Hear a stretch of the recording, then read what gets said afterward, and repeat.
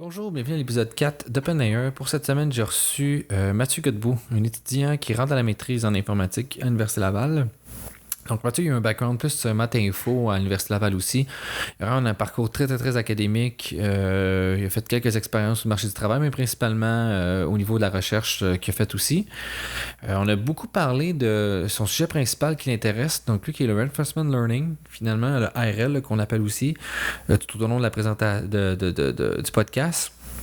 On a un peu parlé aussi de qu'est-ce qu'il aimerait faire plus tard, donc au niveau de l'enseignement, au niveau aussi, il a parlé un peu que la consultation l'intéresse aussi. On a fait un bon tour aussi de comment il voit vraiment l'utilité de faire des mathématiques pour faire finalement un peu du meilleur machine learning.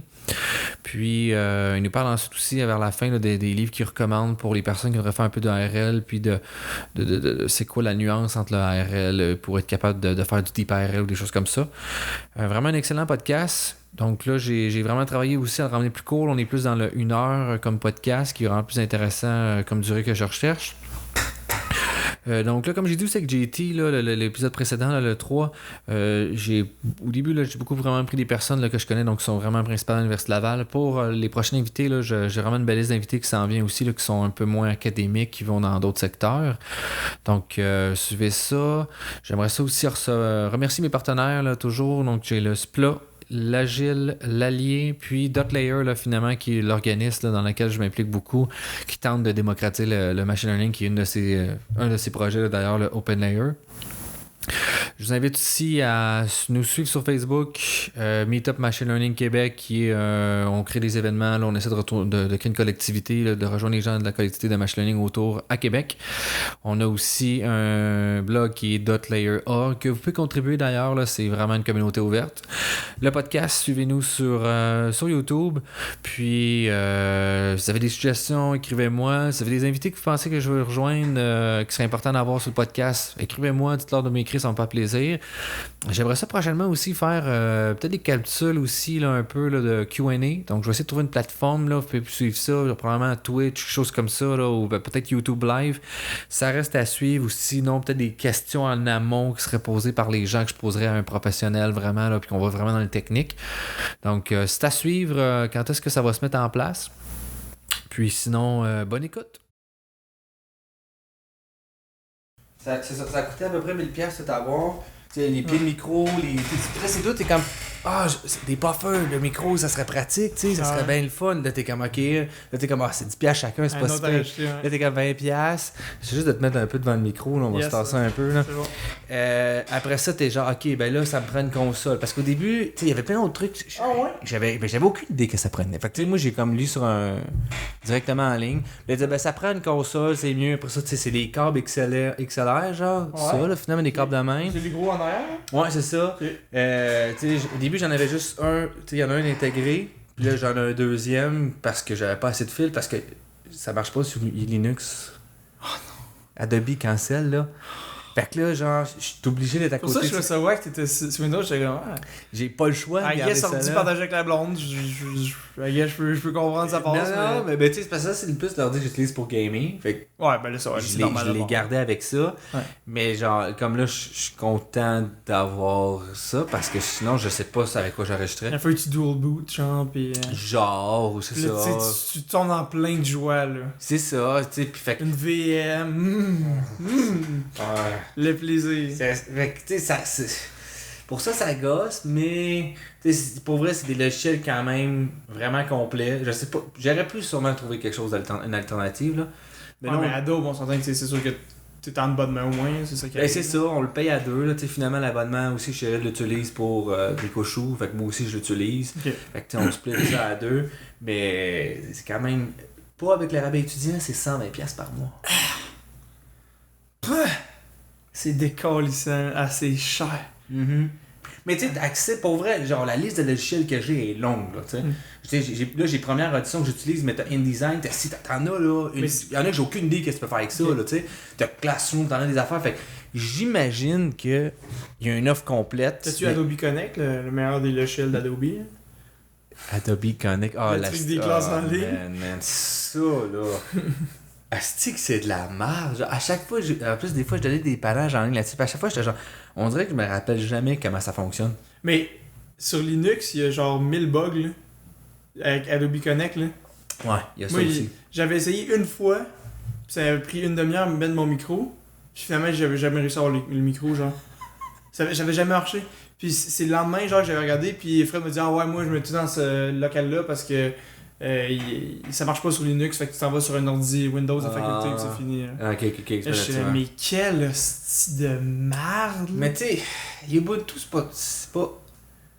c'est répandu sur des serveurs, mais c'est pas répandu sur des services clients, si on veut, genre, mettons. Ouais, sur des everyday user desktop, mettons. C'est le lambda user, tu sais. Ouais. Fait que je comprends que t'as pas le goût de faire du développement. Ça doit déjà être compliqué avec Mac et Windows. Si tu rajoutes un autre, je peux comprendre qu'ils ont pas le goût nativement d'aller chercher ça. Mais tu sais, je suis content que, mettons, Spotify, là, je suis bien content. Moi, surtout, je suis content, c'est la communauté. Genre, il y a une affaire, je m'étais acheté ça s'appelle Spotlight de Logitech, là, c'est genre comme au lieu d'être un pointeur, c'est le pointeur, mais dans l'écran direct. Là, tu sais, d'avoir un petit laser que tu fais, mais c'est que tu fais juste pointer, puis le laser est dans ton écran. Ouais. Là, je sais comment c'est cool, on achète ça, c'est genre 100$, je suis comme, ok, on y va, je vais faire des belles présentations. Ouais. L'application que ça prend pour faire tout afficher ça, il l'a pas en Linux. Ah, mais il y a un gars qui a fait un repo qui a fait un repo. Ouais, moi, je cherchais ça, j'emmène ça, mais tu sais, il y a pas out of the box, mais genre, tu sais, c'est ça, c'est comme, c'est pas out of the box, c'est comme, you get what you get, là, tu sais, genre, t'as ça, mais ça va être ça, là. Ouais.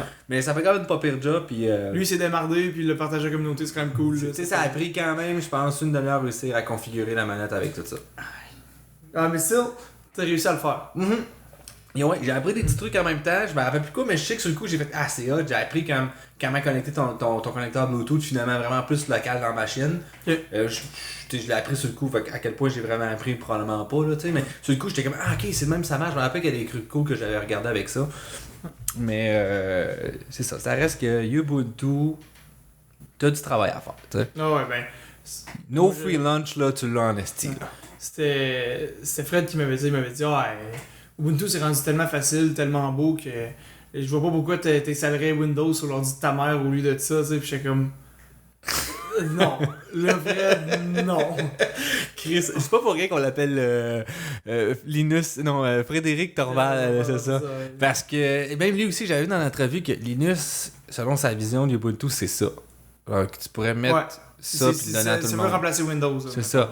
À ta grand-mère, à n'importe qui, j'étais genre, ben oui, mais tu sais, il y a vraiment... Je dis ça, mais je sais pas qu'est-ce que ça va l'air avant.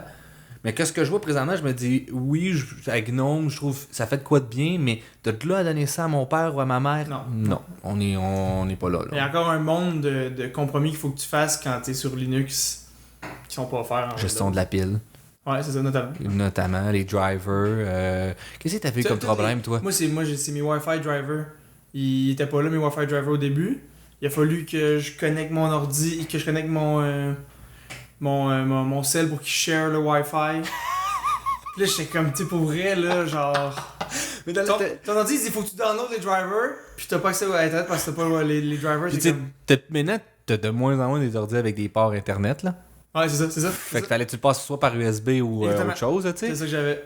Mais, tu sais, t'avais pas eu un problème, il me semble, avec justement ton visuel, genre, quand tu connectais sur tes écrans? Il me semble que t'as gossé longtemps avec ça aussi, là. Ouais, c'est vrai que dans le fond, j'ai eu plein de problèmes. Pis ton BIOS, pis ton... il vire le couteau dans la plaie en plus. Alright. Bon, ouais, ça c'est pas la faute à Linux, ça, par exemple. Ça c'est à 2 pieds de l'écran. C'est ça, c'est le code 17p, là. Ça... si. Écoute, on va commencer ça. Ouais, donc. Je vais te présenter un petit peu au début, Mathieu Godbout, étudiant. Ben là, tu viens de finir ton bac, fait que t'es officiellement rentré à la maîtrise. Là, en informatique, aussi avec Luc à Montagne, donc avec Nicolas Gardeau et moi-même, puis Jean-Thomas Barjon. Yes. Puis toi, t'as fait le bac en maths info. Ouais. Puis là, tu as fait la transition à l'informatique, puis tu vas faire le doc. Là, en tout cas, dans la nouvelle, tu vas toujours faire le doc. Ouais, c'est ça, ça quand même faire. Puis un adepte du reinforcement learning, fait qu'on peut en parler plus tard. Ouais, pas mal mon champ d'intérêt principal en ce moment. Puis comment ça t'est... Je bifurque tout de suite, mais comment ça t'est venu de dire je veux faire du ARL? Ben, c'est sûr que tu sais, je veux dire, l'ARL, quand tu regardes les résultats que ça a eu avec le jeu de Go, avec les jeux vidéo comme Atari, tu sais, ça a comme été des gros clickbait articles. Puis à un moment donné, moi, j'ai comme voulu, je me suis intéressé à comment, mais tu sais, Google, c'est cool qu'il a fait ça, mais comment ça marche pour de vrai derrière, leur algo, comment il fonctionne. Puis je suis allé voir, puis tu sais, c'est des belles maths, l'ARL. Puis moi, vu que je fais maths info, c'est l'aspect maths que j'ai bien aimé. Là. Okay. Tu vas ailleurs que juste comme, bon, ben, on va essayer de rajouter une couche de plus. Stack mon layer, là. On fait pas de l'alchimie. Ben, il y a de l'alchimie en ARL, mais il y a aussi une base théorique en maths assez importante. Puis c'est là que j'ai comme. Tu as cherché ton comble, ok. Ouais. Ok. Puis, y a-tu d'autres choses à rajouter pour te présenter? Gros connaisseur de mots de passe BIOS. Ok. Sinon, ben. Ok. C'est pas mal ça, ouais. Alright, ok. Ouais. Là, pourquoi t'as décidé de faire maths info quand t'es rentré à l'université? J'ai l'impression que vous êtes 7 là, dans ce bac-là, on dirait. On est moins que ça. Tu sais, pis c'est 3 ans aussi quand même, hein? Ouais, c'est ça, ouais. Fait que finalement, ils font juste vous pitcher le cursus. Ben, tu sais, j'imagine qu'un cursus, quand même, il y a des choses qui reviennent dans les deux, genre, tu demandes les aspects mathématiques en info, vous autres, tu sais, vous allez chercher la même chose, fait que c'est là que vous sauvez des cours. Mais tu sais, fait que pourquoi t'as pris ça? Ben, en fait, tu sais, moi, à la base, là, je voulais faire de l'actuariat. C'est là-dedans que je m'en Pour allais. vrai, tu m'as jamais dit ça. Oh, ben, je pense que, regarde. Pour vrai, Il y a des choses il y a des choses que t'es moins fier, là. Tu sais, c'est ça, Ok, c'est ça. ok. On les garde en arrière, ces choses-là, tu sais. Ah, ok. Mais, Puis t'as-tu été refusé? dans ce bac contingenté. Avec une cote R minimale de genre pas nécessaire. Ouais, c'est ça. Non, mais c'est parce que j'avais eu un cours de maths discrète au cégep. Puis mon prof, c'était un gars qui avait fait un bac en maths puis un bac en info. Puis son frère était en actuariat. Puis quand il m'avait dit ça, je m'entendais super bien avec lui. J'étais allé jaser. J'étais comme, ouais, moi j'aimerais ça faire actu, mais en même temps, je sais pas trop si je suis intéressé à vraiment devenir actuaire. C'est plus parce que je veux faire des maths puis que ça m'intéresse, tu sais.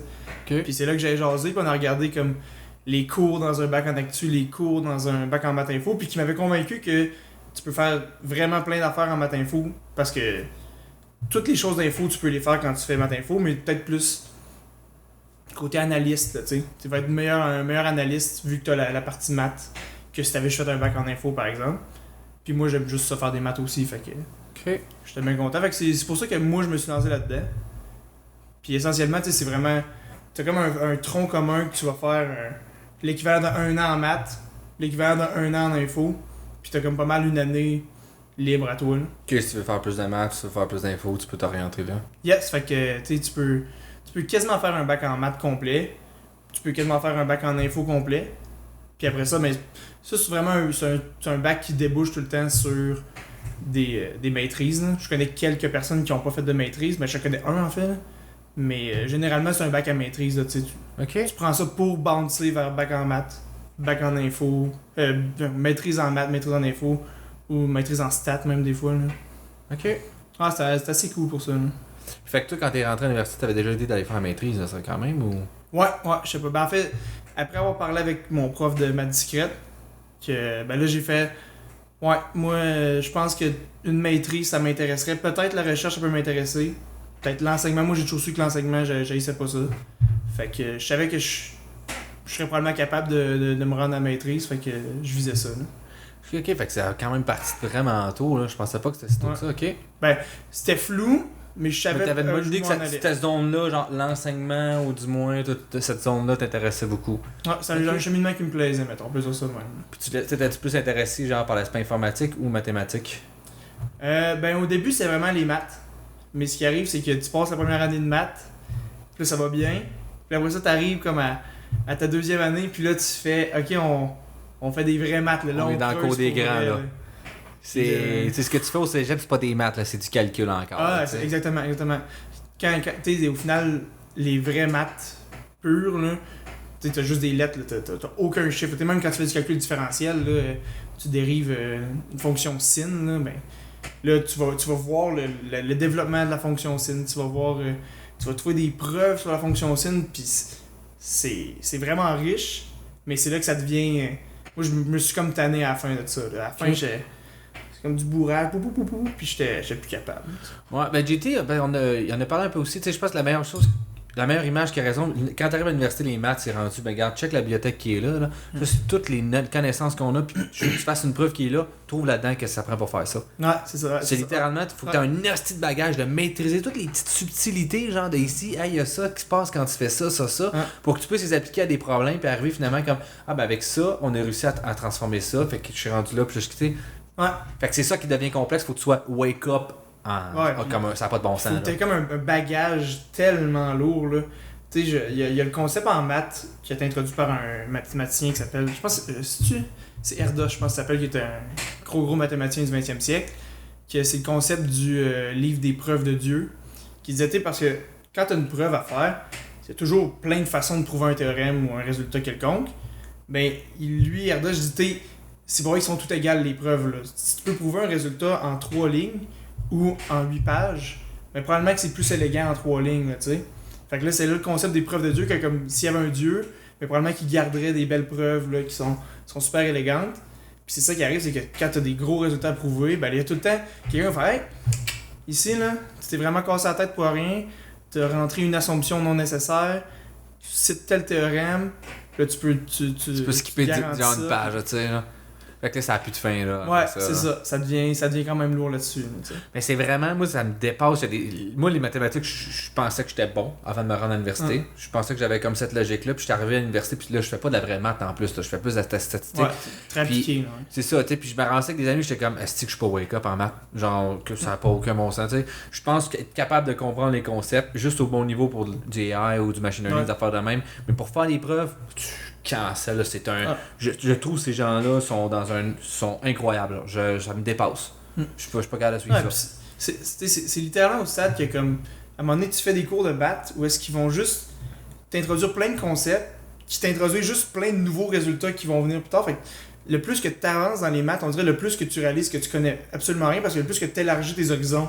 Puis là, tu sais, mais moi, je pensais que le calcul, c'était pas mal la frontière, là. Non, c'est ça. On va te l'exploser encore. 300 ans qu'on en fait du calcul, là. On est ailleurs, là. Non, va plus loin, là. Ah ouais, pousse, là. On est à l'université, là. Arrête, là. Ouais. Puis, trouves-tu que ce bagage-là, mathématique, excuse-moi, est vraiment. Donne un edge pour qu'est-ce que tu veux faire plus tard, qui est quand même principalement du machine learning ou. Tu veux faire plus ça, là? Je dirais que avoir à faire des preuves, ça te donne vraiment une discipline mentale qui est assez intéressante. Parce que, tu sais, une preuve, quand tu fais des premières, tu sais pas où tu te pitches, puis c'est difficile d'organiser tes idées, puis de trouver. Parce que, dans le fond, par exemple, des problèmes vraiment difficiles, des problèmes de championnat de mathématiques, c'est des problèmes qui sont super compliqués, mais tu sais, que tu es capable de voir dans la tête pourquoi le résultat marche, mais après ça, le prouver, puis écrire pour tous les cas généraux, c'est très compliqué parce qu'il faut que tu extirpes des invariants, tu sais. Tu vas voir, par exemple, là, j'ai regardé un problème récemment, là, c'était un problème avec une histoire t'as un nuage de points, puis t'as une ligne qui se promène dans le nuage de points, puis il y a un résultat, ça fait que la ligne elle va toucher tous les points. Ben tu sais, tu vas te faire un dessin avec 4 points puis une ligne, ok ça marche. Tu vas changer un point de place, ça marche encore. Ben là, faut que tu comprennes, il est où ton invariant, qu'est-ce qui fait que ça marche avec ces 2 nuages de points-là. Maintenant, si je rajoute un point de plus, qu'est-ce qui marche encore? Fait que c'est là que tes maths vont permettre de vraiment clarifier ta réflexion quand tu vas t'attaquer un problème, tu sais. Okay. Fait que ça, moi je trouve en machine learning, souvent ça me permet de. Je lis un paper, puis tu vois, le paper il ratisse large, puis il veut garder une petite substance, tout ça. Ça permet quand même de bien cibler. Ok, l'idée principale est là, le problème est ça, l'idée principale, leur solution c'est ça, puis voici les résultats qu'ils présentent, puis voici leur explication des résultats. Puis là, tu peux quand même te donner une meilleure visualisation du problème, puis de qu'est-ce qu'il aurait pu faire de différent, ou ce serait quoi la prochaine step, tu sais. Ok, fait que toi tu trouves que ça t'a vraiment donné un sens d'analyse d'un problème finalement. Vraiment juste aux preuves, là, tu sais. Vraiment, faire des preuves, c'est vraiment. Ok, l'aspect preuve ok. Ouais. Ok, intéressant. Parce que tu pitches des fois des. C'est le marbeau dans des examens de maths, t'as une phrase, puis il te donne 2 pages, là. Tu sais, t'as un énoncé d'une petite phrase, une petite ligne en haut, là. Puis il dit, je donne 2 pages, tu sais, c'est. Vas-y, développe. Il faut que tu t'enlignes, là. C'est vraiment complexe. Faut que tu fasses comme un chemin mental, mais implicite. Parce que tu te dis, je vise là. Pour moi. Mais par exemple, t'as comme plusieurs types de preuves. T'as des preuves par l'irrationnel, des preuves par récurrence. Ben, tu te dis, ok, celle-là pour moi, par récurrence, je peux faire de quoi? Tu sketches, ok, par récurrence, ma récurrence, ça va être ça, nanana. Ah, ok, finalement, la récurrence, ça marchera pas. On passe à une autre chose. Fait que, tu sais, c'est sûr que tu... ça streamline un peu tes pensées. Un genre d'exploration, de réflexion logique, là. Puis de comment t'aligner dans cette sandbox-là, finalement, pour atteindre ton objectif. Là. Ouais, puis vu que tu fais sans un examen, c'est sûr que ça te pratique à être efficace à le faire aussi. Ouais, définitivement, ouais. C'est ça l'affaire. Ok. Puis, trouves-tu que ton background informatique du bac te permet quand même de contribuer à l'aspect machine learning puis de l'informatique de ça? Ben, ou tu trouves qu'il y a des lacunes, ou as-tu des choses que tu penses qui manquent? Mettons quelqu'un qui voudrait faire cette formation-là pour faire exactement la même chose, as-tu des choses que tu penses qu'il faudrait qu'il cherche plus à l'extérieur ou des choses que le bac devrait améliorer? Mais ça dépend de ton. De ce que tu veux faire plus tard. T'sais, si tu veux vraiment faire dev, moi, avec mon background, que j'ai passé des fois, moi, il y a des cours d'informatique que j'ai pris que moi, c'est le machine learning qui m'intéressait. Fait que je suis allé sur machine learning. Mais il y a du monde qui peuvent vouloir être dev, qui vont vraiment plus se focusser sur les cours de dev. Mais moi, ça fait que vu que j'ai pris des cours de machine learning, j'ai pas pu prendre les cours tant de cours de dev que ça. Puis ça fait que là, j'ai clairement des lacunes côté dev par rapport à d'autres gens. Je veux dire, du web, je connais pas ça. Des bases de données, je veux dire, je comprends un peu le principe, là, mais... Mais c'est-tu vraiment nécessaire aussi? Ben, c'est là que je dis... Là, ça peut être bien si tu veux comprendre une vue globale ou l'espèce de pipeline de données. Mettons que tu extrait de données du web, comprendre un peu des notions, mais as-tu vraiment besoin de savoir coder du PHP ou du HTML? Voilà. Est-ce que c'est vraiment nécessaire? À un moment donné, c'est quand même la question à se poser aussi. Là. C'est bien beau des connaissances, mais faut soit que tu puisses les utiliser ou du moins les utiliser à d'autres escients. Là. Ouais. C'est pas ma passion le web, fait que genre...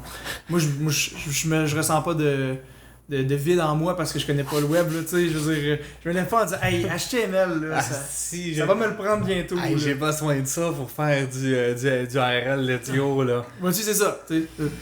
Mon target, c'est faire du ARL, puis mon bagage en maths, puis ce que j'ai ramassé en info est vraiment adéquat pour faire du ARL, fait que je suis très heureux de ça, tu sais. Ok, cool. Mais je connais pas grand monde, en fait, qui ont fait ce bac-là, qui sont pas heureux parce que tu peux tellement le modeler pour l'aligner où tu veux aller. T'sais, je connais plein de gens qui s'en vont, mettons, en maths, faire une maîtrise en maths, qui s'en vont en optimisation ou en maths appliquée. Que tu sais, je suis vraiment fou. Tu prends le virage plus maths avec un petit peu de cours d'info, mais vraiment plus côté maths appliquée. Tu te ramasses là-dedans, puis tu t'en vas. Il y a un lab à l'Université Laval qui s'appelle le GIREF. Plein de gens qui ont fait de maths info qui sont rendus là-bas. Ok. Un autre de mes chums qui est rendu dev. Ça donne quand même une bonne base solide pour bien performer dans genre, plusieurs environnements informatiques, mathématiques, des choses comme ça. Ouais, c'est ça. Ok, c'est quand même cool. Ouais. Mais tu sais, je me sentirais imposteur à devenir dev demain matin. Là, ouais, je comprends ce que tu veux dire, mais tu aurais pu le faire, avoir pris cette décision-là plus tôt, mettons. Voilà, exactement. Avec le bac que moi j'ai fait, je me sens pas apte à faire ça, mais avec le bac maths info, tu peux facilement devenir dev. Là. Ouais, tu pourrais aller chercher le background nécessaire pour être capable de le faire. Genre à travers les stages aussi. Là. Ouais. Toi, t'as fait un ou deux stages de recherche? J'ai fait un stage en entreprise, j'ai fait un stage de recherche. Moi. Ah, c'est vrai, t'as fait chez Indus avant, puis après ça, t'as fait un stage avec François Laviolette. Ouais. Sur les données de santé, je pense, c'est ça? Ben en fait, officiellement parlant, c'est sur les données de santé, mais j'ai jamais touché des données de santé? Ben, j'ai pas touché aux jeux de données qu'on avait mis dans la demande, en tout cas. Finalement, j'ai travaillé sur des données de cancer, sur le cancer du sein. C'est les données quelqu'un au lab. Là. Puis j'ai travaillé sur la réduction de dimensionnalité. La quoi? La réduction de dimensionnalité. Ok, genre PCA, là. Ben, c'est ça. Justement, on essaie de trouver des alternatives à PCA ou...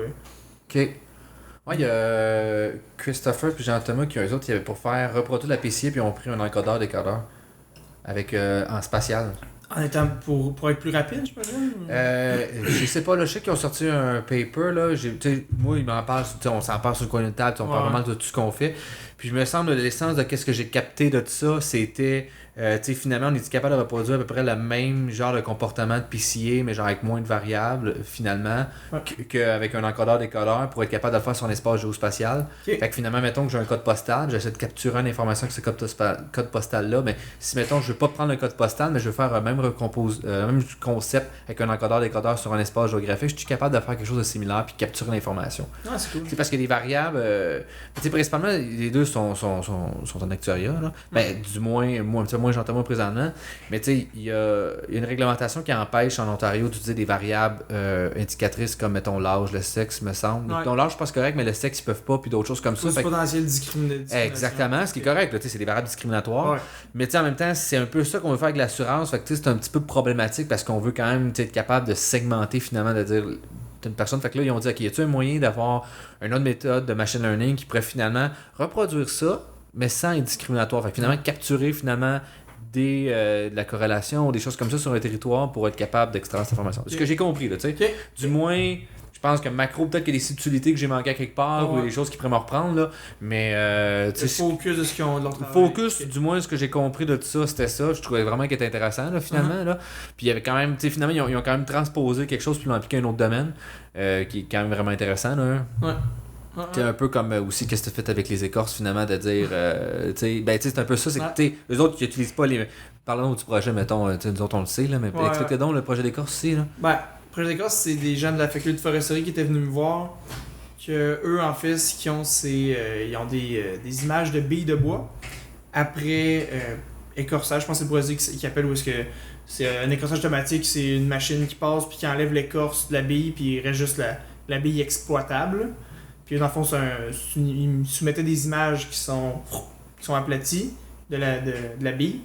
Puis à travers ça, moi je fallait juste que j'identifie où sont les nœuds, puis où sont les zones d'écorce, parce qu'eux ils voulaient avoir une métrique automatique pour, si on a 2000 images, pouvoir déterminer le pourcentage d'écorce avec telle technique par rapport à telle autre technique, puis essayer de vraiment distinguer, bon, mais voici cette technique-là est plus rapide, mais elle laisse plus d'écorce, mais dans quelle mesure, tu sais, la quantifier au lieu de juste le dire à la main. Ouais, je pense qu'elle me laisse plus d'écorce. Il y a là qu'une règle du pouce ou des affaires, tu sais, science, là, des fois, genre. C'est comme, ben ici, ça a l'air d'être ça, genre, règle d'expert. Ouais, c'est ça. Ouais, ok. C'est intéressant, c'est un moi, je trouve ça vraiment cool comme projet. Là, ce que je voulais dire avec ça, pour que tu puisses le présenter, c'était aussi, tu sais, finalement, tu as appliqué des méthodes de machine learning plus avancées à une méthode que tu sais pas. Tu as pris des connaissances dans notre secteur, tu l'as ramené dans leur secteur, puis ça fonctionne. Ben, tu établis un nouveau standard finalement, assez facilement. C'était assez simple. Là. Parce que il y avait des techniques, eux, qu'ils utilisaient, mais c'est des techniques de vision des années 90, parce que des règles heuristiques de genre filtre de gaussien, de ci, de ça. Si c'est du sapin, ben probablement qu'en haut de telle couleur, c'est définitivement de l'écorce. J'ai tel filtre d'écorce qui fit. J'ai une banque de filtres d'écorce qui fit bien sur l'épinette. Fait que là, quand ces filtres-là ils réagissent dans une zone, ben, il y a probablement de l'écorce là. Ouais. Mais tu sais, c'était les moyens de l'époque, là. Tu sais, il y a eu longtemps que c'était ça, puis oui. Mais même encore jusqu'à récemment, c'était encore l'état de l'art, là. T'sais. Ouais. T'as là 10 ans, là, ça n'existait pas tant que ça des réseaux conventionnels. Non, c'est ça. Puis tu sais que ça commence à être appliqué partout, puis c'est une des choses, quand même, je pense, qui est l'essor du deep learning, finalement, à apporter ça, c'est qu'il y a des zones où est-ce qu'on a encore besoin de règles heuristiques qui sont maintenant, que ça tombe à terre parce que c'est automatique, puis ça le fait calissement plus vite que nous autres. Là, ouais, puis c'est tellement robuste aussi. Si tu l'entraînes en voulant qu'il soit robuste, tu l'entraînes correctement, tu vas réussir à avoir un réseau qui est assez robuste à des images qui viennent de nulle part, puis justement, là, ben, il va vraiment retenir c'est quoi l'essence de l'écorce. C'est pas la couleur, tu sais. C'est parce que c'est super important, surtout dans des images d'écorce, l'éclairage, tu sais, est pas toujours le même quand ils prennent la photo, choses comme ça. Fait c'est super important de jouer un peu quand tu l'entraînes, tu fais de l'augmentation. Tu prends une image, puis des fois tu la prends plus foncée, moins foncée, blablabla, pour justement qu'il soit capable de, quand il va voir des images issues d'autres bios de bois, ben, il va être capable de bien identifier pareil. Ouais, de généraliser là, finalement. Là. Ouais, mais ça fait penser, il y avait un cas justement de la data augmentation qui n'avait pas été faite, c'était... Il me semble que c'était les forces armées aux États-Unis, t'as de la misère avec mon truc. Ouais, c'est là. Qui avait pris des photos, il voulait être capable d'identifier sur des photos si c'était un véhicule militaire, genre un tank qu'on a fait de la même. Puis après des photos d'une catégorie A le jour, puis d'une catégorie B la nuit, ou comme tard le soir. Ouais. Fait que finalement, c'était juste le contraste de la lumière. Puis là, il feed ça au modèle. Le modèle, avec la précision, il performe, ben oui, mais tu sais, lui, il a tout ce qu'il a fait. OK, foncé classe A, pas foncé. Tu sais, mais il a appris, c'est correct, il a appris quelque chose, tu sais. Je pense juste que c'est comme justement un des dangers de travailler aveuglément, c'est que tu sais, lui, il apprend qu'est-ce que tu lui dis d'apprendre. Puis qu'est-ce que tu lui dis d'apprendre, en fait, c'est juste trouve les couleurs et la différence de distinction de ça. Puis c'est à toi, en tant qu'expert, de dire, ben non, mais il faut que je m'assure que je fais pas des niaiseries. C'est ça qui est fascinant, c'est vraiment, tu sais, c'est tout ce qui est la back prop, qui est l'idée principale de tout ce qui est deep, là. La backprop va t'amener vraiment à maximiser ce que tu lui demandes de maximiser. Mais des fois, ce que tu lui demandes de maximiser, c'est pas du tout ce que tu veux que le réseau apprenne. Là. Mais là, lui, il va dire, bon, ben moi, pourquoi je me casserai la tête à trouver la forme de véhicule? C'est compliqué de trouver une forme de véhicule. Je peux juste passer un test pour savoir si c'est foncé ou pas foncé. Je suis bien meilleur que si j'essaie d'autres choses. C'est sûr, je m'en vais là. Mais tu sais, t'optimises la fonction. La fonction, c'est ça qu'elle dit. Elle dit, ben, si tu prends telle méthode, là, t'arrives exactement à l'information. Du moins, tu tentes de trouver avec cette dataset-là, tu sais. Est-ce que ça généralise? Ça, c'est une autre question, tu sais. Mais... C'est ça que t'as un rôle à construire un dataset qui est adapté aussi à ton problème. T'es tellement connecté à ton dataset, surtout en supervisé, là. En apprentissage supervisé, ton dataset est... Au final, ce que tu vas faire, c'est que tu vas prendre un dataset, puis tu vas essayer de reproduire le comportement du dataset partout avec via un réseau de neurones, mais c'est le dataset que tu reproduis, là. Tu dis ça, c'est la vérité, fait que... Mets-la partout. Ouais, définitivement. Donc, c'est pour ça que tu vas plus faire du RL. Ben, mais c'est parce que c'est pas pour les mêmes problèmes nécessairement que tu as du RL ou du supervisé. C'est pour ça que, tu sais... Mais ça me fait penser justement, parce qu'à un moment donné, un autre collègue, là, Dominique, qui m'avait parlé de, justement... il n'arrivait pas à voir la distinction ou la zone où est-ce que tu traçais la ligne quand est-ce que c'était bien d'utiliser du RL ou d'autres méthodes. Parce qu'il y a des cas où est-ce que, mettons, comme nous autres, on a travaillé sur une problématique qui était de finalement faire des résumés de livres, qu'on peut très bien faire aussi avec une méthode supervisée comme en livre. Mais j'étais pas... parce que je comprends pas assez bien le RL, puis on l'a fait juste pour le projet. Fait que j'arrivais pas à voir la distinction, à vraiment dire, genre, on essayait les deux de réfléchir. Comment tu essaierais de faire cette espèce de scission-là? Ben, le RL, au final, ce que ça profite, c'est quand tu veux faire une séquence d'action. Quand ta problématique, tu peux la séparer en une séquence d'action. Okay. C'est là que le RL, il prend place dans ce paradigme-là où est-ce que tu as une séquence. Il y a un cas particulier du RL qui s'appelle le bandit, où est-ce que tu dis ta séquence est de taille 1, fait que tu fais juste choisir une action optimale, mais ça, mettons qu'on le met de côté. Mais ça, c'est plus quand même pour résoudre des cas où est-ce que ton state space, ton état d'action possible est quand même énorme, puis en deep ou dans d'autres méthodes supervisées, ça fonctionne pas bien parce qu'il est trop long converger. Ben, c'est sensiblement. Ben, mettons, si tu prends l'exemple du Go, qui est le jeu de Go, qui est comme un jeu d'échecs, mais comme un jeu. C'est vraiment réducteur de dire que c'est un jeu d'échecs, là, parce mais... que c'est vraiment plus complexe. Mais en fait, j'ai aucune idée comment ça fonctionne, je sais juste que ça a l'air complexe. Ouais, c'est ça. Ben, le Go, tu sais, c'est comme... Ouais, non, je suis pas un expert de Go, je me rangerai pas là-dedans. Je suis pas assez bon pour dire que je peux... non, je sais qu'il y a des pions, faut que tu fasses des lignes, tu protèges les territoires, genre, puis en tout cas, mais je peux pas aller plus loin. Tu peux comme prendre des pions adverses en les encerclant. Ouais, c'est ça, tu sais... Tu peux contre-encercler, en tout cas. Ça a l'air vraiment complexe, là. Ouais. Mais mettons, on y va avec Go, là. Là, tu dis, là, OK, on disait... finalement, l'état potentiel d'action possible, là. Ouais. Ben, ce qui arrive, c'est que tu sais, si tu veux faire la scission entre supervisé et RL sur un jeu comme le Go, ben c'est que en supervisé, ce que tu vas faire, c'est que tu vas prendre un dataset de plein de moves d'experts, puis tu vas apprendre un réseau à jouer comme l'expert jouerait à cet endroit-là pour un coup. Sauf que là, ton réseau, ce qui va se passer, c'est qu'il va pas avoir une vision à long terme de son jeu, il va juste trouver le coup optimal. Mais tu sais, l'expert, quand il joue sa partie en finale, en championnat, whatever, lui, il a mis ce coup-là parce que lui, il pensait éventuellement que le joueur adverse allait faire ça, puis qu'il allait pouvoir... Il y avait un objectif à court, moyen et long terme avec ce coup-là. Mais quand tu y vas en supervisé puis tu fais juste voir le prochain coup, ben tu perds toute cette richesse de jeu-là, puis c'est là que tu viens comme mettre un plafond assez bas sur tes performances parce que tu vois juste le prochain coup, tu peux pas développer de stratégie puis d'ambition à long terme, en guillemets. Là. Puis là, quand tu fais du RL, ce qui arrive, c'est que tu vas vraiment avoir via l'entraînement, parce que quand tu entraînes un RL, tu fais juste essayer de maximiser un reward, comme dans le cas du jeu de Go, tu essaierais de maximiser ta chance de gagner. Ben, tu vas juste voir quel coup va maximiser ta chance de gagner, mais dans ton entraînement, tu vas avoir joué des parties complètes de Go.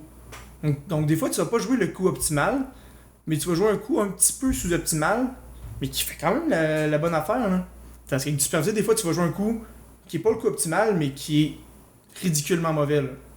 Fait que c'est là que tu peux te perdre. Puis justement, je regardais un review de littérature ce matin, où est-ce qu'il disait il essayait d'apprendre un agent de RL à jouer parfaitement un jeu qui est résolu. Par exemple, comme si tu peux faire ça pour le tic-tac-toe ou quelque chose comme ça. Puis justement, ce qu'il disait, le RL, quand tu l'entraînes, il va faire beaucoup moins souvent le coup optimal, mais il va gagner beaucoup plus souvent qu'un agent entraîné supervisé, parce que quand il fait pas le coup optimal, il fait un coup correct.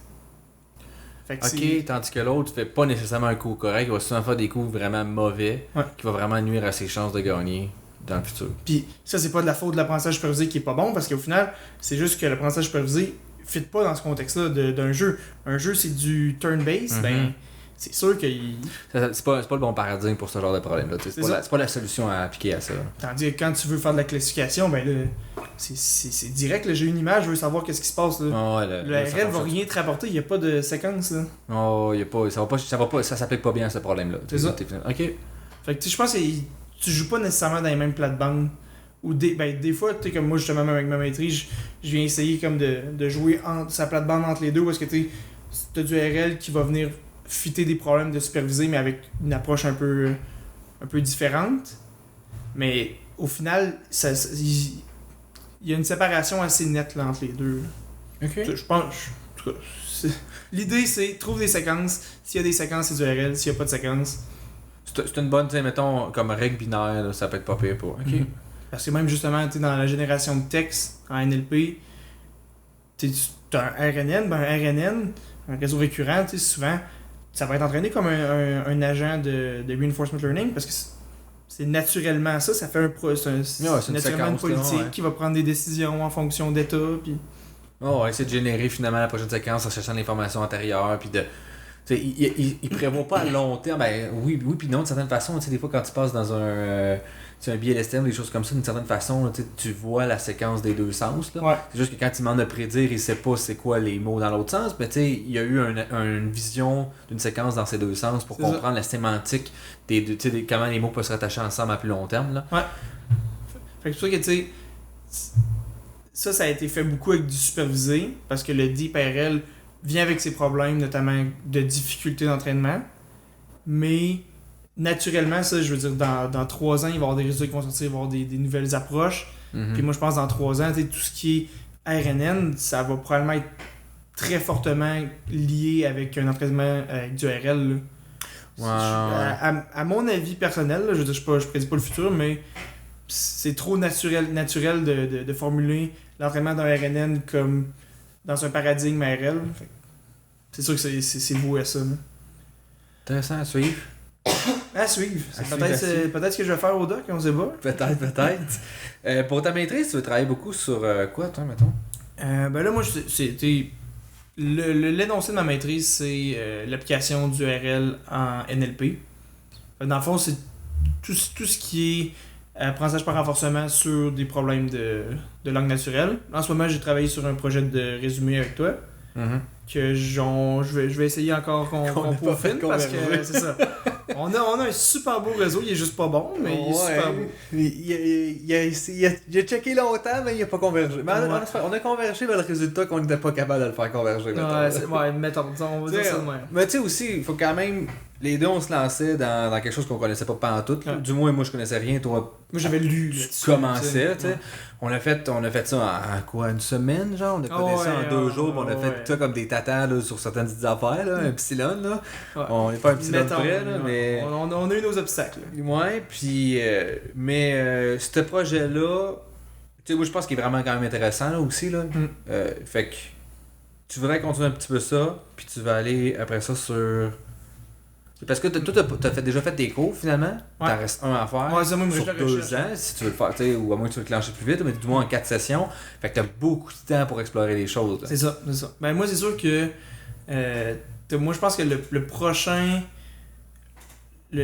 target auquel je m'intéresse beaucoup, c'est sur la génération de texte, tu sais. Okay.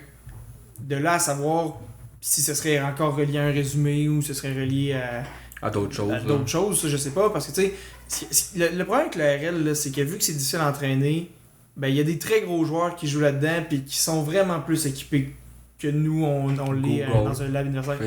Google, Facebook, Microsoft, je veux dire.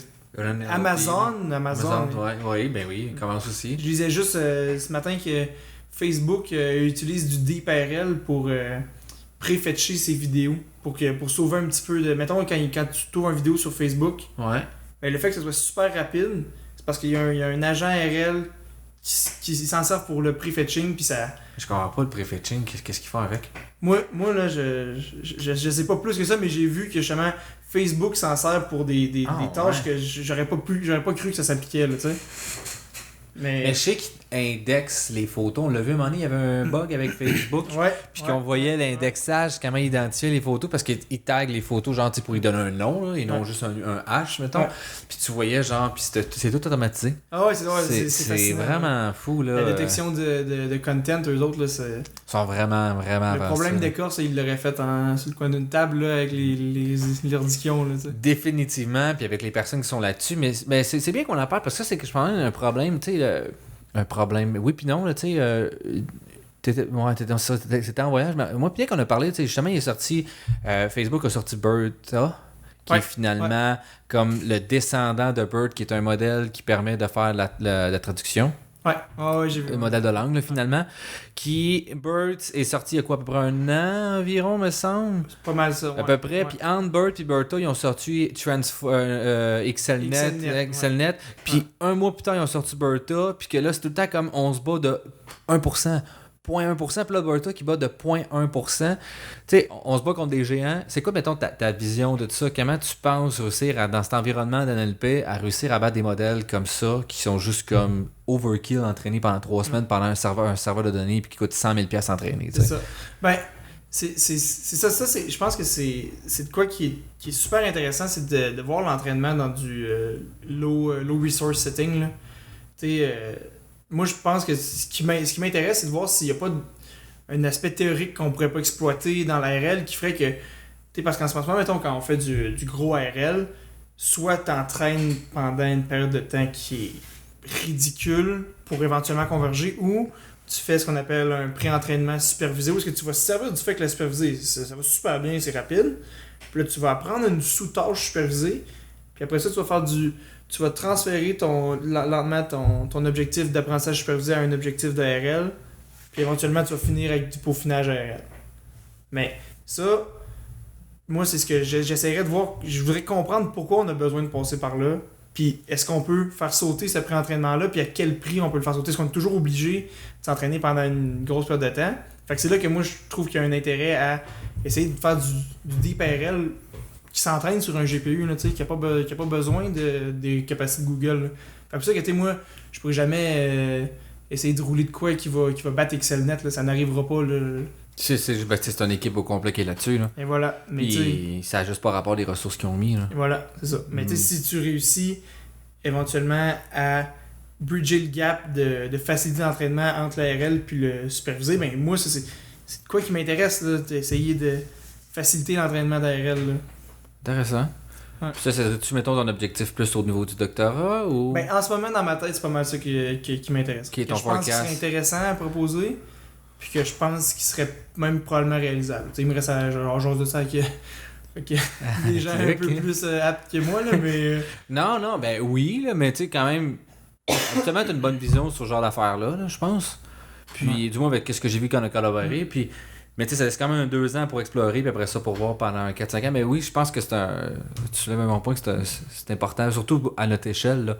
Ouais. Je veux dire, c'est pas non plus, mettons, je sais pas, une compagnie à Québec qui a 5 employés qui va être capable de rivaliser contre des modèles de même, mais ils voudraient probablement réussir à mettre ça en place. Fait que, c'est quoi la structure qu'on pourrait essayer de mettre en tête ou qui pourrait essayer de s'approprier pour ça? C'est intéressant. Puis éventuellement, c'est sûr que on va toujours être derrière Google, Facebook, parce qu'ils ont les meilleurs cerveaux déjà là en partant aussi. Ils ont des gens excessivement brillants qui travaillent là-bas, mais avec leurs ressources computationnelles, on est toujours derrière parce que dès que tu trouves un réseau théorique qui fait que ça traîne bien sur un GPU, ben là on va faire ah ouais, moi j'ai une grosse Bertha en arrière là, que je pourrais l'entraîner depuis longtemps. Là, tout d'un coup, moi je vais sortir mon 100 000$ puis fou! Ouais, c'est ça. Ton Ouais. Trix qui diminue d'un facteur 10 le temps d'entraînement. Là. Ben lui, il vient de le mettre Bye-bye. sur son data center puis il vient de te clencher. Là. Et voilà, il vient de fou. Artificial General Intelligence, ça y est. Ouais, ça. Ouais, c'est un petit peu plate. Là. Je sais aussi que là, ils ont commencé. Du moins, la communauté en NLP a commencé à se mobiliser justement contre ça quand ils ont sorti Bertha, là, parce que ça n'a pas de sens. Ouais. Puis ils veulent rentrer dans les métriques finalement de précision de pondérer avec le nombre de paramètres. Ah, ouais, j'aime ça. Ce serait vraiment intéressant. Ben, dans hein? ImageNet, t'as ça. En ImageNet, c'est ça que t'as. Dans Ouais, ImageNet, je effectivement. crois qu'ils veulent montrer la performance, ils vont mettre ça sur un tableau. Ouais, Nombre de voici nos paramètres, ça. accuracy. Puis c'est intéressant parce que c'est un. BERT, on n'arrivait même pas. Tu sais, nous autres, au lab, on a quand même une RTX 2080 8 gigs, puis on n'arrivait pas à rentrer BERT. C'est à 8 gigs, un modèle de BERT. C'est lourd, là. C'est quand même lourd. On avait le réduit, genre, qui est comme la moitié, puis il rentrait. Même pas mais... Bird Base, là. Non, BERT, juste BERT total. BERT base, il rentrait, mais il en restait tellement pas gros que c'était difficile de s'entraîner. Puis on avait comme un. Écoute, c'était d'homme, là, finalement, Dominique, là. Puis, tu sais, il était genre, ça n'a aucun sens, là. 8 gigs, c'est beaucoup, là. Ouais, genre, on n'est pas On sur pas le d'une cul, carte là. à 500$. C'est ça, puis on en a deux, là, tu sais, on n'est pas... c'est 2000$ la carte, là. Fait que c'est sûr que j'imagine même pas la personne qui fait ça dans son salon ou chez lui. Tu sais, on est beau, la démocratisation du ML, la démocratisation du... C'est bien le fun, mais... L'open tu sais, source, c'est cool, là. c'est cool, mais il y a encore du chemin à faire sur... Tu sais, comme, qu'est-ce qui est réalisable pour tu sais, comme l'utilisateur, son vrai lambda plus, mettons, tu sais, la Ouais. personne qui voudrait comment en faire un peu chez lui, il n'a pas accès à ces ressources-là, là, puis je le C'est ça. comprends, là. C'est vraiment ton bottleneck, c'est Mhm. c'est tes ressources de calcul, là, clairement. Là. Ouais, parce que c'est assez approprié, les frameworks sont super faciles à s'approprier, Ah mais je veux dire, tu peux pas mettre ça sur un CPU, là, ça n'a pas de sens, là. ouais, on s'entend. Là. Ouais, ouais. Ouais.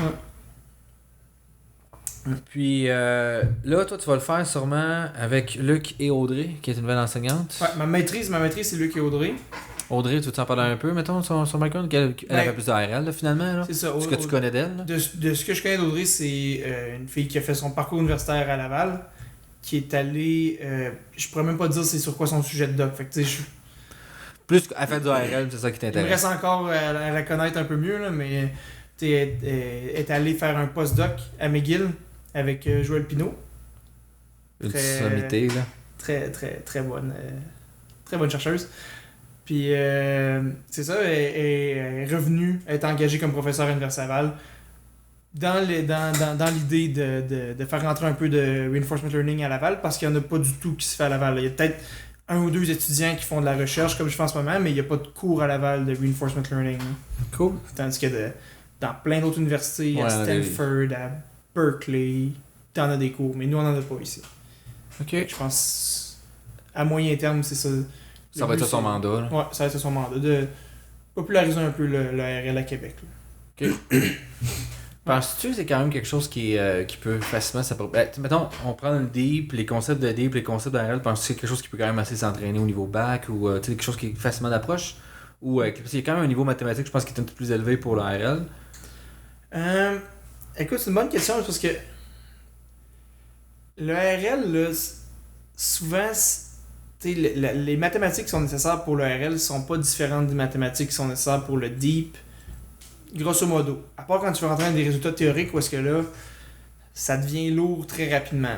Mais je pense que c'est aussi accessible c'est autant accessible au bac qu'un cours de deep learning. Je veux dire, c'est certainement pas pour tout le monde, ça te prend une connaissance mathématique de base, mais c'est vraiment pas de l'alchimie là, ce qui se fait en reinforcement learning. Là, c'est facilement explicable à quelqu'un qui est à l'aise en mathématiques. Là, OK. puis même là, je dis à l'aise, mais c'est pas. La bac propre reste un des concepts les plus complexes du deep RL. Là, Ouais. fait que si tu sais faire du deep learning, tu serais éventuellement capable de faire du RL aussi. Là. OK. Puis, on a commencé pas mal à parler de ça parce qu'on m'a posé la question. Puis, avec Gita, on a commencé à parler. Toi, ça serait quoi les hacks que tu vois en informatique que tu fais pour faire du machine learning? Les hacks. Ouais, tu sais, les hacks dans le sens, genre, c'est quoi les tools que tu utilises pour augmenter ta productivité, faire du ML? Eh boy. C'est une bonne question, là. Je sais que. Mais c'est parce qu'une question qu'on m'a posée que j'avais aussi de la difficulté à répondre. Mhm. Genre, parce que, mettons, quelqu'un qui dit, moi, j'ai pas fait d'informatique, mais je sais un peu faire de Python. C'est quoi qui pourrait être le edge que je vais chercher de plus que les informations utilisent dans leur quotidien ou que les gens qui font ça plus ça pourraient, tu sais, que je pourrais essayer de m'approprier? on a parlé un peu finalement du terminal, Docker, des choses comme ça. As-tu d'autres trucs que tu vois? Parce que là, moi, c'est sûr que moi, côté technologie, comme je te disais, je suis pas. T'es pas fait. Je suis pas la sommité, là, tu sais. Parce que moi, j'ai mon beau petit VS Code, j'ai JS au lab qui me dit hey, telle extension est là, tu iras voir, c'est vraiment nice. Puis c'est ce que je fais. Fait que tu sais, je veux dire. Moi, j'ai pas de. C'est plus des frameworks. Puis ORL spécifique, je viens de voir qu'il y en a quelques-uns des frameworks qui ont notamment été développés à McGill. Ok. Mais. Ce serait quoi les frameworks que tu utiliserais? J'en ai vu deux, j'ai pas regardé dans le détail parce que je me suis pas encore occupé de ça, là, mais t'as Deer, D-E-E-R, puis t'as Dopamine, qui sont deux frameworks qui vont reproduire la grande majorité des algos, puis qui vont te permettre d'avoir ta flexibilité de chercheur. Ok. Puis je sais aussi OpenAI, il y en a aussi, là, c'est ça, Jim, ça, je cherchais. Dans le gym, t'as plein d'environnements pour t'entraîner, mais t'as aussi des baselines qui sont reproduites là, pour DeepQ Network, qui est un réseau super populaire. Là, c'est avec ça qu'ils ont battu tous les records en premier des jeux d'Atari. C'est avec un DeepQ Network. Ben, t'as la baseline de DeepQ Network qui est là pour l'entraîner. Ok. Ouais. Puis là, toi, t'es plus un utilisateur de VS Code. Mettons, c'est quoi les add-ins que tu utilises, les plugins que tu mets dedans pour. Mettons quelqu'un qui dit moi, j'aimerais ça utiliser cet éditeur-là, tu sais, voir autre chose que PyCharm. Ouais. Qui est l'éditeur suprême, là. Mais mettons qu'on voudrait se rabaisser à VS Code, là, ça serait quoi, mettons? Mettons que tu voudrais avoir un éditeur qui s'ouvre en moins de 20 minutes. Ouais, mettons. Ouais, ben là, moi, je suggère de dire que VS Code fait de beau travail là-dessus. Mais, tu sais, les extensions que j'ai là-dessus, t'as la complétion de code avec... Comment ça s'appelle? C'est Python Server... Microsoft Python Server, quelque chose comme ça. Ok. Mais tu sais, c'est Microsoft parce que VS Code, c'est Microsoft. Lié à Microsoft, c'est un des rares produits qui ont fait quand même bien. Ouais, VS Code en tant que tel, c'est vraiment... C'est vraiment bien, c'est juste faut que tu rajoutes les plugins que tu veux finalement. Tu sais, faut que tu le configures toi-même. Fait que tu sais, quelqu'un qui est un utilisateur qui commence à apprendre l'informatique, je pense c'est pas l'outil de base parce que tu arrives là-dedans au début, t'es comme il fait rien. Il fait rien pour toi. Tandis que des autres comme tout ce qui est IntelliJ finalement font juste tout. C'est vrai que c'est long vrai, mais il y a tout. Ouais. C'est un canon. Là, il y a tellement plein de choses qui se passent dans toi que tu penses que c'est encore plus facile de programmer que ce que c'est. Ouais. Mais quand justement que tu viens habile en programmation, VS Code il va vraiment te permettre de tout personnaliser. C'est long parce qu'il faut tout que tu personnalises. Mais une fois que c'est personnalisé, c'est vraiment cool parce que tu peux tout faire. Ouais. C'est là que tu as un trade-off à faire. Puis l'utilisateur lambda, moi je veux dire, moi je suis dépanneur au cours d'Intro Python. C'est sûr que je suggère à personne qui prend ce cours-là de VS Code. Là, tu vas te faire mal. Là, faut vouloir souffrir là, pour se mettre là-dessus. Là. Oh, au début, il t'aide pas, là, pas en tout. Là. Non, c'est ça. Mais éventuellement, quand tu deviens un utilisateur un peu plus habitué, tu sais où tu t'en vas. Il fait un job en maudit. C'est cool. Ouais, ok. Ben, sinon, par ça, des extensions, j'ai un beau thème. C'est Monokai. J'adore mon thème. C'est quoi? C'est le foncé gris, ça, je pense? Je prends un Monokai, je pense que ça s'appelle Monokai Night. Moi, le plus que des mots qui disent que c'est noir, le plus que ça m'intéresse, parce que moi, ça me prend vraiment un fond noir pur. Là. On va pas avoir l'air élite, là. Moi, c'est essentiel. Le dark mode, là. Ouais, mais ça, parce que en tout cas, moi, c'est... Quand je joue VS Code, la première chose que je me cherche, c'est mon team, puis quand j'ai cherché ce team-là, j'ai cherché pendant 1 heure, là, j'ai fait 800 teams, là, pour trouver exactement ce qui m'intéressait, là. Mais tu sais, c'est correct, il y en a beaucoup, il y a toujours ce débat-là, genre, tu sais, pourquoi est-ce qu'on mettrait un dark mode ou tout? Je pense à un moment donné, bottom line, c'est que c'est ton outil de travail. Pourquoi tu choisirais ce marteau-là par rapport à un autre? Pourquoi tu choisirais ce bureau-là par rapport à un autre? Parce que tu l'aimes. Ouais. C'est vraiment juste comme tu t'appropries quelque chose, puis tu veux que ça te représente, tu sais, comme c'est l'air, whatever, là. Ouais, mais c'est... Moi, j'ai travaillé sa construction juste l'espace 2 étés, là. Nous, c'était... On attachait des barres de fer avec de la broche. Ben, je veux dire, t'avais 2 pinces qui... Il y en a une qui coupait à hauteur des dents sur le côté, puis il y en a une qui coupait en plein milieu des dents. Ben, je veux dire... T'en changes rien, ça fait les deux pour le même job. C'est ça, c'est de la préférence. Tu choisis ce que t'aimes, puis les deux vont couper, là. Tu sais, à un moment donné, c'est ça. C'est le même principe. On a malheureusement quelqu'un au lab, là, Nick, qui utilise du beige là, comme fond, mais genre... il réussit à programmer, tu sais. C'est un animal, il a ses secondes. Il affiche ses secondes dans sa minuterie de son ordi. Moi, je trouve que c'est un stressant, animal. il donne des PowerPoints, tu vois les secondes. Ça.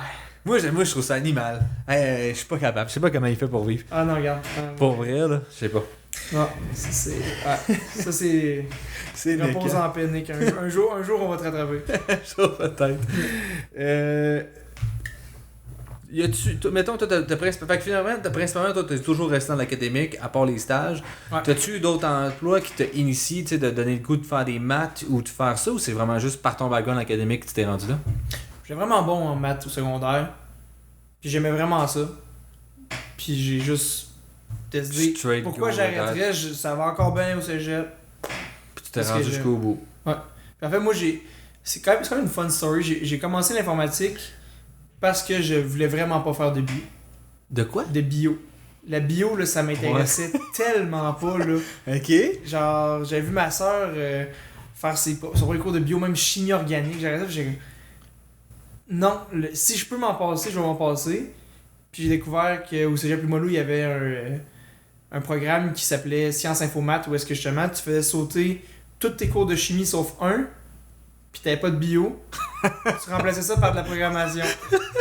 Moi, c'est de même que j'ai commencé à programmer en me disant ça peut pas être pire que de la chimie puis la bio. Ok, fait que toi, ton seule option de choix, c'était comme t'as pas de bio, t'as pas de ça, ok, je rentre. Il y a l'informatique, je sais pas ce que ça va faire avec ça, mais je le fais. C'est toujours bien moins pire. C'est toujours moins pire. Puis là, finalement, tu te ramasses que dans ton choix d'université, tu fais encore maths info, puis là, tu t'en vas faire de l'info. Fait que, Ouais. ok. Fait que finalement, c'est l'info que j'ai pogné, c'est ça. C'est de l'info que t'as pogné. Ouais. C'est quand même très drôle. Ouais, ok. j'avais compté ça une fois en entrevue, les gens ils étaient partis à la riche, là, ben, regarde. Toujours bien être honnête, là. C'est ça. Voici mes convictions, va-t'en avec ta bio puis ta chimie, là. Ah, j'avais pas 12 ans puis je faisais des programmes chez nous, non. T'étais pas un geek à ce point-là. J'avais 17 ans puis je voulais pas faire de chimie, là. C'est ça mon histoire de faire de l'info, tu sais. Ça t'a mené jusqu'à l'université. C'est quand même pas pire. Ouais, je fais une maîtrise en info aussi. C'est quand même très cool. Sinon, mettons, à plus long terme, toi, ta carrière, bon, t'as parlé que tu voulais faire de l'enseignement. Est-ce que tu as toujours l'objectif de faire de l'enseignement au niveau universitaire? Absolument. Ou tu veux plus redescendre au collégial ou Plus universitaire, parce que j'aimerais vraiment ça, enseigner sur le machine learning, parce que j'adore enseigner, j'adore vraiment la relation que t'as quand tu partages tes connaissances. J'aime, je veux dire, le cours que je dis que je dépanne là, en Python, ouais. ben il y a du monde qui pourrait regarder ça puis trouver que c'est malade là, ce que je fais puis que j'en fais trop, mais comme quand t'aimes ce que tu fais, tu trouves jamais t'en fais trop là, puis tu trouves que c'est juste le strict minimum, ben c'est ça que j'ai quand je suis dans la relation d'enseignant là. J'aime vraiment ça, cette relation là. Puis ben l'AML, j'aime ça. Fait que moi, ça me met pas mal dans la position que soit je deviens un genre de conférencier ou consultant en ML, ou je deviens prof à l'université. Là, c'est ça qui va se passer probablement. Là. Ok. Là, l'avenir nous le dira qu'est-ce qui va se passer, mais c'est mon plan à moyen terme. Ok. On joue carte sur table. Puis tu serais-tu plus, mettons que tu pourrais enseigner à l'université, serait plus en maths ou en info? En info probablement, là, ouais. Ok. Ouais, parce qu'en maths, il arrive, c'est que j'aimerais pas s'enseigner quelques cours de départ de maths, mais tu sais, il y a eu peut-être mes 3 derniers cours de maths, là, j'étais plus capable de voir des maths, là, j'étais vraiment incapable. Fait que je pourrais pas, je serais pas du tout intéressé à dépanner ces cours-là ou à les enseigner, là. Ok. Mais peut-être qu'éventuellement, tu sais, c'est peut-être de quoi qui pourrait se faire en fait à l'université, mettons qu'on parle. Bon, il va là, parler, c'est ça. Ça pourrait probablement aussi se donner un cours de machine learning qui est vraiment plus axé maths, un peu comme on a un cours avec Mario. Ben là, ce serait le même principe, mais dans le département de maths. Et moi, je pense qu'il y a... Ah, ok. Genre, tu sais, comme juste, on va vous remonter un peu votre niveau de maths pour mieux comprendre les concepts et s'approprier ça. Okay? Ouais. Ou genre, tu sais, comme le deep, c'est cool, mais ça n'a pas vraiment de base mathématique autant solide, en tout cas pas en ce moment. Ben, probablement que tu pourrais mettre de côté un peu plus le deep, puis tu pourrais aller explorer les autres facettes. Là. Comme dans le reinforcement learning, il y a plein de choses, même dans du deep RL, il y a plein de notions mathématiques qui se passent pendant ta période d'entraînement et tout ça, que tu pourrais explorer ces facettes-là en disant, bon, le deep, on le met de côté, c'est un bon ami, il marche, on sait pas pourquoi, mais il marche, tu sais. Ok. Puis on pourrait peut-être faire un bout de chemin de ce côté-là. Ok. Tu as parlé un peu de la consultation. T'aimerais-tu plus en faire... c'est quelque chose vraiment que tu veux faire ou c'est plus... comment tu verrais ça, mettons, un hiver de consultation, mettons, à Québec?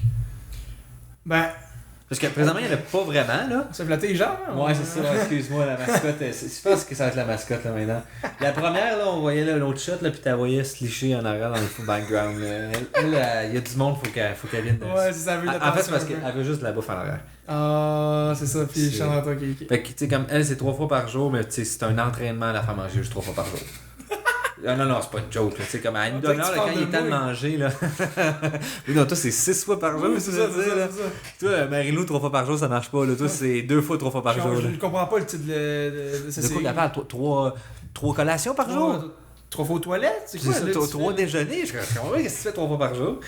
Mais, tout ça, qu'est-ce qu'on avait dit, là? Ouais, un hiver, mettons, consultation. Parce qu'il n'y en a pas vraiment qui existe, tu sais. Mettons, comment tu verrais ça? Mettons que tu serais plus travailler en entreprise ou tu serais plus juste littéralement solution client qui vient, faire du coaching, finalement reprendre ton aspect académique, excuse-moi, de professeur que tu serais donné. Comment tu verrais ça? Ben, si j'étais en mesure de faire ça, c'est sûr que moi, je préférerais me focusser plus sur de la formation que sur vraiment de la sous-traitance. Mais moi, j'aimerais ça, à mon compte ou une petite compagnie où est-ce qu'on fait juste de la consultation, puis moi les tâches de formation, ben moi c'est sûr que tu lèves le flag, ça tu serais faire. Je suis partant, tu sais.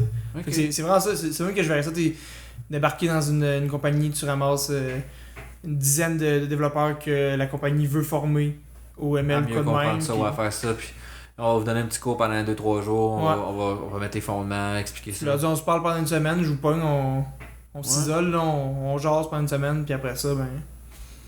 Ok.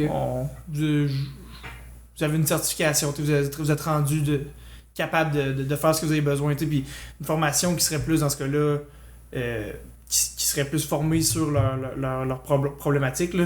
Par exemple, je veux dire, j'aime l'ARL, mais il y a des cas où est-ce que l'ARL s'applique pas du tout, mais tu bourrais pas du RL pour le fun. Juste pour bourrer du RL, je comprends l'idée là. Ok, intéressant. Puis mettons quelqu'un qui voudrait s'approprier justement ça, est-ce qu'il y a un livre que tu te dis écoute ça, c'est le livre à lire, ou une série vidéo genre de Andrew Ng ou je sais pas quoi là, ou est-ce quelque chose que tu recommanderais à quelqu'un qui voudrait lire ça? Qui voudrait du moins commencer à faire du ML? Ben du ML ou du RL tu parles là? Les deux. Parce que moi ML, j'ai pas vraiment lu de livre. C'est vraiment passé par les cours à l'université que j'ai pris mon background, même principe pour le deep. Fait que ça là-dessus, je sais qu'il y a le livre de Courville puis Bengio sur le deep learning. C'est deep learning, je pense que ça s'appelle. C'est ça, ouais, qui est un livre assez de genre à lire, moi je trouve. Là. Ben c'est ça, je pense qu'il est assez lourd. Ben moi je l'ai lu là, puis j'étais genre, je sais pas, je comprends pas le fil conducteur de ce livre-là. Je pense qu'il y en a juste pas. Ah, okay. On te garoche l'information. Ils ont voulu tout mettre. C'est ça, on te garoche l'information, puis. C'est juste moi je me moi je trouve que j'ai perdu perdu mon temps, c'était peut-être un peu fort là. Mais j'ai juste j'avais de la difficulté à capter qu'est-ce que l'information qu'elle m'en voulait me donner, tu sais. Il y a ce livre là, mettons quel autre livre ou chose. Ben c'est sûr que mettons si on sort du ML, moi dans le RL en ce moment, je suis sur mes lectures de RL à fond. Il y a clairement le livre Reinforcement Learning de Sutton, Richard Sutton. Hey, j'ai fait le chercher, hein? Ouais, non, ça c'est... Ouais, c'est un insulte à tout, là. C'est un monsieur, là, c'est ça c'est gênant. Là, la sommité, là, c'est domaine envers elle, là. Ben, fait que Sutton, qui a écrit un premier livre en 84 avec Andrew Ng, si je ne m'abuse. Je sais pas comment prononcer son nom de famille. Je sais pas, il est parti, mais ok. On est parti, là, on a eu un petit problème encore de pile. Il va falloir que je trouve une solution plus viable que de je sais pas qu'est-ce que je faisais, parce que ça avait l'air correct, là. Dernier point qu'on disait, c'était avec... on savait pas comment prononcer le nom d'Andrew. Le mot d'Andrew Ng. Je sais pas trop comment dire ça. Mais sensiblement, avant ça, on disait... on parlait de ses vidéos... On parlait du livre de Sutton. De Sutton en 84, c'est ça, je pense? Ben, il y en a fait un en 84. C'est là que j'étais. Puis en fait, c'est qu'il vient de le rafraîchir en 2018, là, ça fait 1 an. Puis le livre est tout disponible sur Internet gratuitement en PDF. Puis c'est vraiment comme la bible du RL. Je pense que ce livre-là, aux dernières nouvelles, là, il Je pense qu'il est cité au-dessus de 800 fois par année. Là, parce Ok. qu'en fait, généralement, les papers, là, la règle d'or, c'est quand que tu. La règle d'or, la règle non écrite, quand tu écris Reinforcement Learning, Tu cites ce tu mets en livre-là. parenthèse Sutton 2018. t'sais. Fait que ça monte vite, là. Je te dis, quand j'ai dit Bible, tu sais, t'as tout. Là. Ok. C'est un livre qui est super bien fait parce que tu sais, il est vraiment gros. Là, je pense que c'est 400-500 pages. Quand même. Mais tu sais, il va vraiment. Il part de l'histoire, des motivations derrière l'ARL. Puis là, il va avec vraiment. Tu sais, t'as le code tabulaire qui est un code ARL facile. Puis là, il voit toutes les façons de régler le code tabulaire. Puis après ça, éventuellement, il s'intéresse un peu au deep reinforcement learning. Puis il va te parler de plein d'algorithmes, de comment tu peux gérer ça. Puis il est même. Il est écrit en gris quand c'est une zone plus mathématique. Fait que tu sais. Ok. Tu peux skipper ça ou si c'est ce qui t'intéresse, tu peux. lire. Fait que limiter t'es quand à même ça. assez flexible dans qu'est-ce que tu veux lire. Ouais, c'est un. Ça, moi, j'ai quasiment fini de le lire. Puis, tu sais, moi, je trouve qu'il est un peu long par moment parce que, à un moment donné, 500 pages, je trouve que c'est lourd, mais tu peux vraiment partir de rien. Puis tout suivre, là. C'est vraiment bien écrit, là. Ok. Fait que ce serait un bon livre d'ARL à lire, mettons, pour genre de beginner intermédiaire. C'est définitivement ça. Je pense que le livre s'appelle Introduction to Reinforcement Ok. Learning. C'est vraiment c'est ça qu'ils veulent. Là. Ils veulent que avant de lire, tu connaisses rien, puis en finissant, tu connaisses pas mal tout. Ok. Mais tu sais, pas mal toute la base. Oh, on c'est s'entend ça, que- comprendre les concepts, les mots-clés, les Ouais. éléments à comprendre. D'après ça, c'est de s'approprier encore plus. Ouais. Là. Ok. Parce que tu sais, mettons côté deep, je sais qu'ils restent vraiment comme. Ils font juste dire ça existe, mais ils vont pas parler de plein de méthodes, comme t'as du actor critic, t'as du. Tu sais, Il reste quand même, tu sais. shallow, là, tu sais, en Ok. surface. Ok. Mais justement, pour ça que là, après ça, l'autre livre que moi je conseille, c'est le livre que je disais ce matin, justement, qui est écrit par des profs à McGill, qui s'appelle Introduction to Deep Reinforcement Learning. Puis c'est pas vraiment un livre à proprement dit, je pense que c'est une partie d'un livre qui donne aux ouais, je étudiants pense que gradués. tu l'as share il y a pas longtemps, là, me Ouais, semble. Là. justement. C'est un 120 pages à peu près. Ok. Puis ça, c'est vraiment bien écrit. Là. Je trouve ça délicieux à lire. Puis ça va straight to the point. Là. Tu perds pas de temps. C'est celui que tu m'avais dit de lire aussi, un moment donné? Je pense que c'est ça, ouais. Ouais, c'est mathématique par contre, là. Ouais, c'est ça. Non, attends, excuse. Celui que je t'ai dit de lire, il était vraiment juste C'était mathématique. juste des maths, là. C'était Ouais. des preuves Ça, back-à-back. c'est- J'étais comme, alright, ok. 40, mais celle-là, c'était 40 pages, ça. 40 pages de preuves, là. J'étais Ouais. comme, ok, attache-toi. Dans le boss, là, j'étais, ok. C'est pas non, ce livre. C'est Audrey qui m'avait dit de lire ça, en fait. Ouais, mais je pense que c'était juste comme ça expliquait justement les polices, les policies, pis tout ça, là. Pis ça y Fait que allait, là. les petites subtilités dans l'entraînement. Puis, Ouais, ok. Fait que l'autre, c'est en plus quand même conceptuel, puis on y va, on explique qu'est-ce qui Ouais. se passe plus à sur le Deep RL. Ok. Fait que vraiment, ils DPQ, ils etc. s'occupent là. pas du cas où est-ce que tu fais de la programmation linéaire en RL. Ils sont vraiment tout de suite des réseaux de neurones. Ils disent bon, ben t'as du actor critic, t'as du policy gradient, t'as du deep Q network.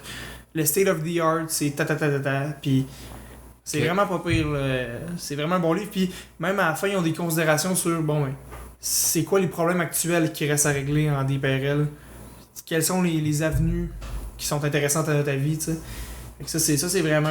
Quelqu'un qui veut faire du deep reinforcement learning, là, C'est le livre à prendre. c'est solide. À mon avis, pour 120 pages, là, tu perds pas ton temps. T'en as pour ton argent, Puis là. tu sors de là, puis tu sais où tu t'en vas. Ok. Fait que ça, moi, j'ai bien aimé ça.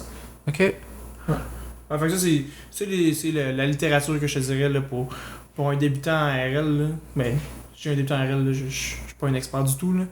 Mais pour quelqu'un qui voudrait s'intéresser à ce milieu-là. Ouais, d'après moi, c'est vraiment là que ça se passe. Ça. Ok. Un autre truc que tu recommanderais à quelqu'un qui voudrait en faire du ARN? Un autre truc que je recommande- Tutoriel ou quelque chose comme ça?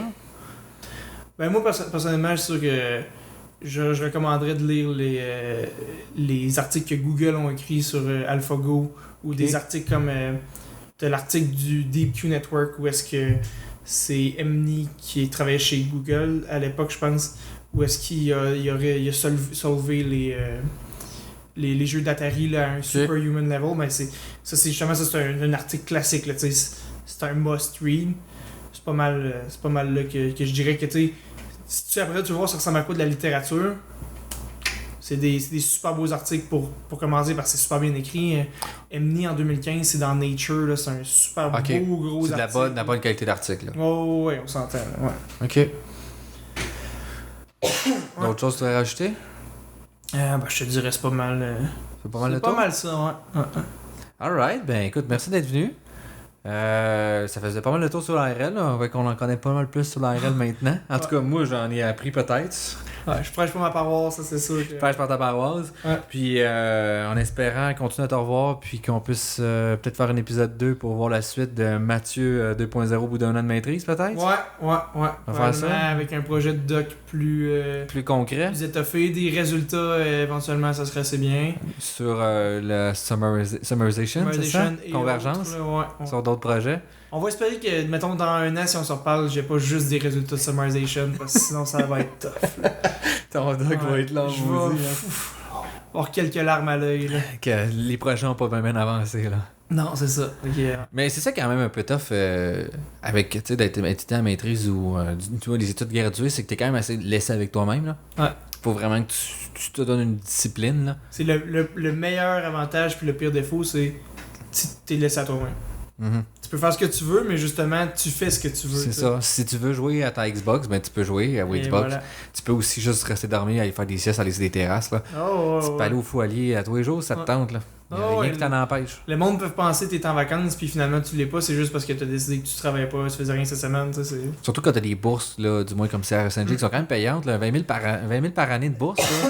Ouais, t'es pas pressé. C'est net, là, c'est un 33 000 de salaire, là, tu peux t'arranger à bien vivre, surtout que tu habites encore chez tes parents, là, c'est pas long que tu peux flouber cet argent-là dans n'importe quoi, là. Ouais. Dans des voyages, Notamment. notamment.